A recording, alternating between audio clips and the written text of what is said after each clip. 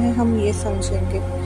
ठीक है, तो सबसे पहली बात यह है कि हर सोल होता है उसको 3 प्रकार के कर्म दिए जाते हैं। एक है संचित कर्म, दूसरा है प्रारब्ध, तीसरा है क्रियामान। संचित यानी कि कंप्लीट टोटल कर्म जो आपके अच्छे बुरे होते हैं सोल के, वो होते हैं। ठीक है, उसके जो कुछ भी अच्छे बुरे फल है वो भी लिखे हुए हैं। ओके, अभी है प्रारब्ध। प्रारब्ध यानी कि जो कुछ भी कर्म है जो आपको इस जन्म में भुगतने हैं उसको हम बोलेंगे प्रारब्ध कर्म।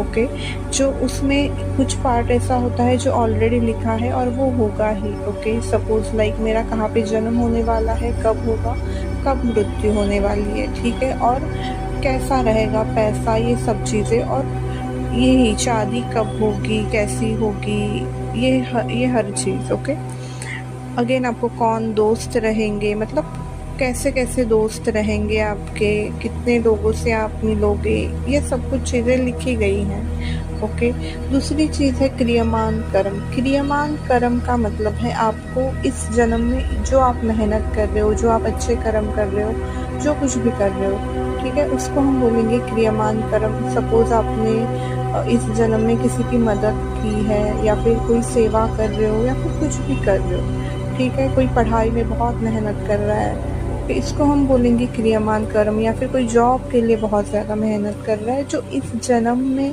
कर रहे हैं, जो आप मदद कर रहे हो, सेवा कर रहे हो, डोनेशंस कर रहे हो, सब कुछ ये क्रियमान में आएगा जो आप इस जन्म में कर रहे हो। ओके, तो अभी आपको ये देखना है कुंडली कहाँ पे आती है और कुंडली क्या रिप्रेजेंट करती है। तो कुंडली इसमें से प्रारब्ध को रिप्रेजेंट करती है।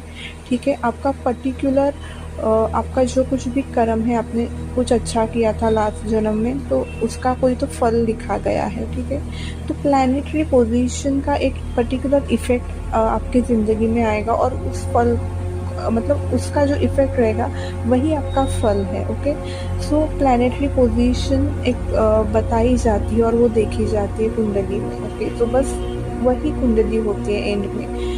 जो कुछ भी आपके कर्म बने हैं अच्छे बुरे, उसका जो फल आपको मिलने वाला है, जो लिखा गया कि मिलेगा ही, वही एक पर्टिकुलर प्लैनेटरी पोजीशन के इफ़ेक्ट से हम कुंडली में देख सकते हैं। ठीक से जो कैलकुलेट करता है उसको वो समझ में आ जाती है। ठीक है, अभी ये